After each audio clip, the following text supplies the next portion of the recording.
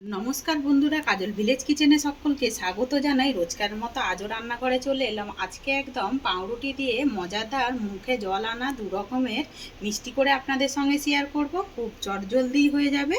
তো চলুন তাহলে শুরু করা যাক। আর কিভাবে করছি একবার প্রথম থেকে লাস্ট পর্যন্ত ভিডিওটি দেখতে থাকুন, আশা করছি বেশ ভালো লাগবে। আজকে মিষ্টিটা করার জন্য আমি এখানে নিয়ে নিয়েছি পাউরুটি। তো পিস কাটা পাউরুটি নিয়ে নিতে হবে। তো এবারে পাউরুটিগুলোকে আমি একটা এখানে চাকি পেল্লা নিয়ে নিলাম, একটা রুটি নিয়ে নেব। এখানে নিয়ে আমি ঠিক এই মাঝ বরাবর কেটে নেব। তো যখনই মিষ্টি খেতে ইচ্ছা করবে চট জলদি কিন্তু এইভাবে যখন তখন তোমরা বাড়িতেই কিন্তু হাতের সামনে কিছু উপকরণ দিয়েই এইভাবে পাউরুটি করে নিতে পারবে। তো আমি এরকমভাবেই কয়েকটা পিস কেটে নেব। তো আজকে আমি দু রকমের পাউরুটি দিয়ে মিষ্টি করে আপনাদের সঙ্গে শেয়ার করব।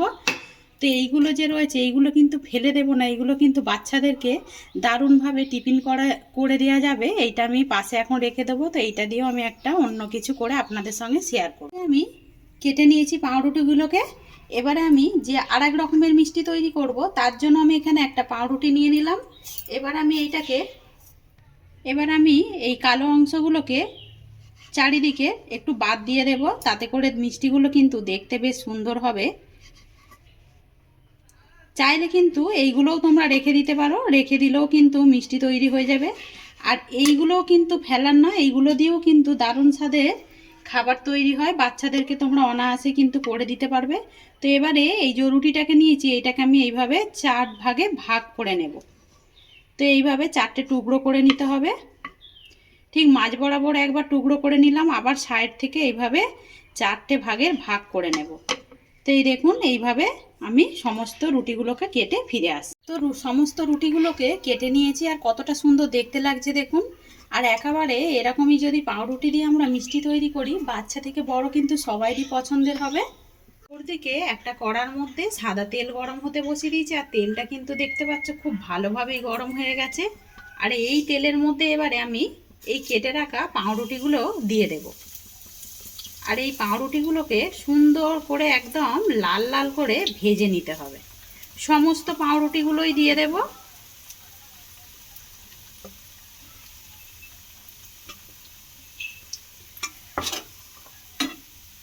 সমস্ত পাউরুটিগুলোকেই দিয়ে দিয়েছি, আর যেগুলো আগে দিয়েছি এইগুলোকে একটু উল্টে দেবো। আর এই দেখো লাল একদম টোস্টের মতো ঠিক ভাজা হয়ে গেছে, কতটা সুন্দর দেখতে লাগছে।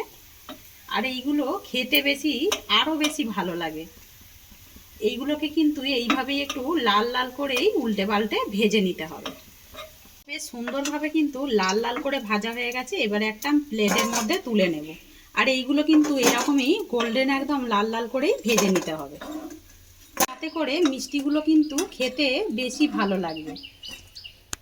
কড়াটাকে আমি আবারও বসিয়ে দিয়েছি, তেলটাকে নিয়ে পরিষ্কার করে ধুয়ে বসিয়েছি। এখানে নিয়েছি 100 গ্রাম চিনি। তো আমি যতটা চিনি নিয়েছি, মানে হাফ বাটি মতো চিনি নিয়েছি, আমি ততটাই দিয়ে দেবো এর মধ্যে জল। তো হাফ বাটি চিনি আর হাফ বাটি আমি এর মধ্যে জল দিয়ে দিলাম। এবারে চিনিটাকে আমি খুব ভালো করে জলের সঙ্গে গুলতে দিয়ে দেবো, মানে মিশিয়ে যায় যাতে করে। এখানে খুব ভালোভাবে চিনিটা কিন্তু জলের সঙ্গে মিশে গেছে। আর এটা বেশ কিন্তু আমি ভালো করে ফুটিয়ে নিয়েছি।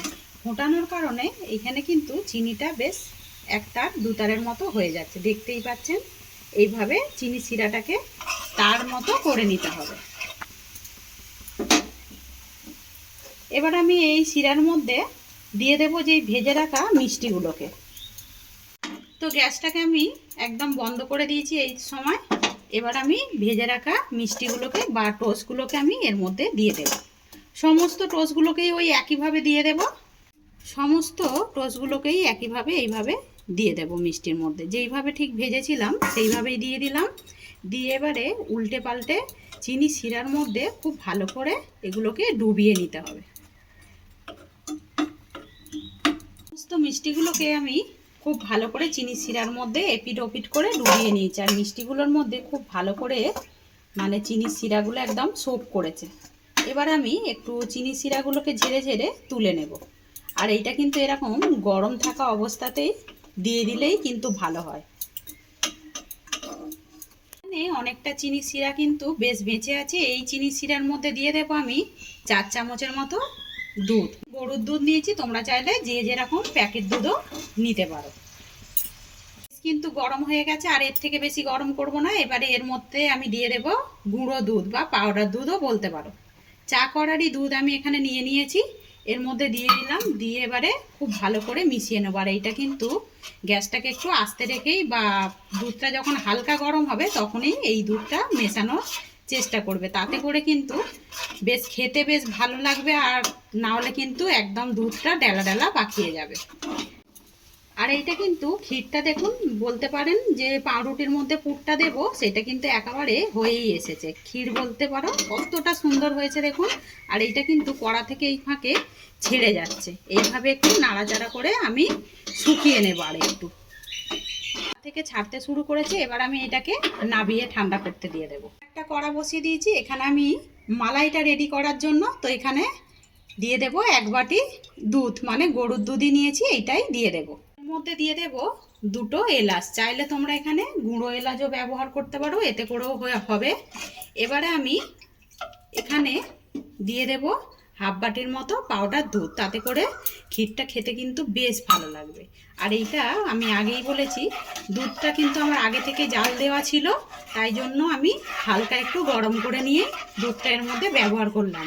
আর আপনাদের যদি টাটকা মানে দুধ থাকে, সেটাকে খুব ভালো করে একটু ফুটিয়ে নেবেন, তারপরে এইভাবে মিশালেই কিন্তু আপনি আপ মিশে যায়। এবার আমি এই দুধটাকে একটু জাল দিয়ে নেব, তো তার আগে এর মধ্যে দিয়ে দেব 2 চামচ চিনি। এবার আমি এখানে 2 চামচের মতো চিনি নিয়েছি, এই চিনিটা দিয়ে দেব, যেহেতু পাউডার দুধটা কিন্তু বেশ মিষ্টি। এবার আমি এইটাকে খুব ভালো করে জাল দিয়ে ফুটিয়ে নেব। থেকে এই পাউরুটিগুলো যে রয়েছে, এইগুলোকে আমি একটু চাকি বেল্লা দিয়ে হালকা করে একটু বেলে নেব। বেললে পরে তাহলে বেশ পাতলা হয়ে যাবে, পাতলা হলে খেতে কিন্তু বেশ ভালো লাগবে। এইভাবে আমি রুটিগুলোকে একটু হালকা করে বেলে নিলাম। সমস্ত রুটিগুলোকেই বেলে নেব একইভাবে। একদম মালাইটা কিন্তু রেডি হয়ে গেছে, দুধটা অনেকটাই কিন্তু ঘন হয়ে এসেছে। ততক্ষণ আরেকটু ফুটতে থাক, অপর দিকে আর একটা মিষ্টি গড়ে নেওয়া যাক। মিষ্টিগুলো ভেজে চিনি শিরার মধ্যে রেখে দিয়েছিলাম, ওইগুলো থেকে একটা করে নিয়ে নেব। আর এর মধ্যে দিয়ে দেব আমি আগে থেকে যেখানে মানে ক্ষীর তৈরি করেছিলাম, ভেতরের পুরটা, এই পুরটাকে এইভাবে দিয়ে দিতে হবে। এটাকে ঠিক ভালো করে লাগিয়ে দিয়েছি। এর উপর থেকে এবারে একটা রুটি আমি আবারও দিয়ে দেব। একটা মিষ্টি একেবারে রেডি হয়ে গেছে, আর দেখতে কতটা সুন্দর লাগছে দেখুন, খেতে কিন্তু বেশ দারুণ লাগবে। এইভাবে একবার মিষ্টি তৈরি করে দেখবেন। কয়েকটা উপকরণ দিয়েই কিন্তু আমরা এরকম মিষ্টি তৈরি করে নিতে পারি। গড়ে ফিরে আসছি, একেবারে ক্ষীরটা রেডি হয়ে গেছে। এই সময় আমি গ্যাস অফ করে দেব। ঠিক এরকমই রাখতে হবে ক্ষীরটাকে। এইদিকে মিষ্টিগুলোকে বেশ রেডি করে নিয়েছি, আর দেখুন কতটা লোভনীয় হয়েছে আর কতটা সুস্বাদু খেতে লাগে। একবার হলো এইভাবে বাড়িতে ট্রাই করে আমাকে কিন্তু খেয়ে কমেন্ট করে জানাবেন। এবারে আর একটা যে মিষ্টিটা করবো, ওইটা এবারে রেডি করে নেওয়া যাক। এখানে আমি আবার একটা পাত্র নিয়ে নিয়েছি, এখানে নিয়ে নেব আমি আর একটা যে রুটিটাকে বেলে রেখেছিলাম, এই রুটিটা ক্ষীরটা তৈরি করে রেখেছিলাম, এর মাঝ বরাবর ঠিক এইভাবে দিয়ে দেব। চড়ুদিকেই একটু দিয়ে দেব, তাতে করে খেতে কিন্তু বেশ ভালো লাগবে। ওপর থেকে দিয়ে দেব একটা রুটি, দিয়ে এটাকে এইভাবে ঢাকা দিয়ে দেব। এখানে একটা মিষ্টি কিন্তু একেবারে রেডি হয়ে গেছে। সবগুলোই একইভাবে গড়ে নেব। সমস্ত মিষ্টিগুলোকেই গড়ে নিলাম। এবার আমি এটাকে সুন্দর দেখার জন্য এর উপর থেকে দিয়ে দেবো একটা করে কিশমিশ।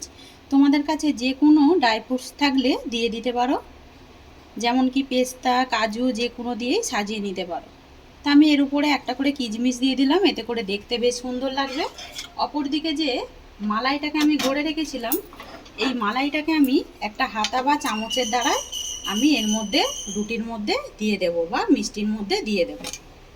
এইগুলো দেখতে যতটা সুন্দর লাগে, খেতে বেশ দারুণ লাগে। তো মিষ্টির মধ্যে মালাইটাকে দিয়ে দিলাম। এবার আমি এখানে যে ক্ষীরটা করে রেখেছিলাম, বেশ কিছুটা এইভাবে ছড়িয়ে দেব, তাতে করে খেতে বেশ কিন্তু আরও ভালো লাগবে। সমস্ত মিষ্টির মধ্যে আমি যে পুরটা রেডি করেছিলাম ছড়িয়ে দিলাম, এতে করে খেতে কিন্তু ভালো লাগবে। আর এইটাকে এবার আমি আধ ঘন্টার জন্য ফ্রিজের মধ্যে রেখে দেবো। এটা কিন্তু ঠান্ডা ঠান্ডা খেতে বেশ ভালো লাগবে। তো ফ্রিজে রাখার পর ঠান্ডা করে আধ ঘন্টা পর ফিরে এলাম, আর মিষ্টিগুলো একদম কতটা সুন্দর দেখতে লাগছে দেখুন, খেতে কিন্তু বেশ ভালো লাগে। যেহেতু এর মধ্যে আমি মালাই দিয়েছি, আরও বেশি খেতে ভালো লাগবে। আজকে পাউরুটির রেসিপি আপনাদের কীরকম লাগলো কমেন্ট করে জানাবেন, আর একবার হলো বাড়িতে তৈরি করে খেয়ে আমাকে কমেন্ট করে জানাবেন। যদি ভালো লেগে থাকে একটা লাইক করে দেবেন, বন্ধুদের সঙ্গে শেয়ার করবেন বেশি বেশি করে। এইভাবে আমার পাশে থাকবেন, আমাকে সাপোর্ট করবেন। আমার নিত্য নতুন রান্নার জন্য পাশে থাকা বেল আইকনটি প্রেস করবেন। সবাই ভালো থাকবেন, সুস্থ থাকবেন। ধন্যবাদ। আবারও নতুন রেসিপি নিয়ে ফিরে আসবো। আজকের মতো এই পর্যন্ত।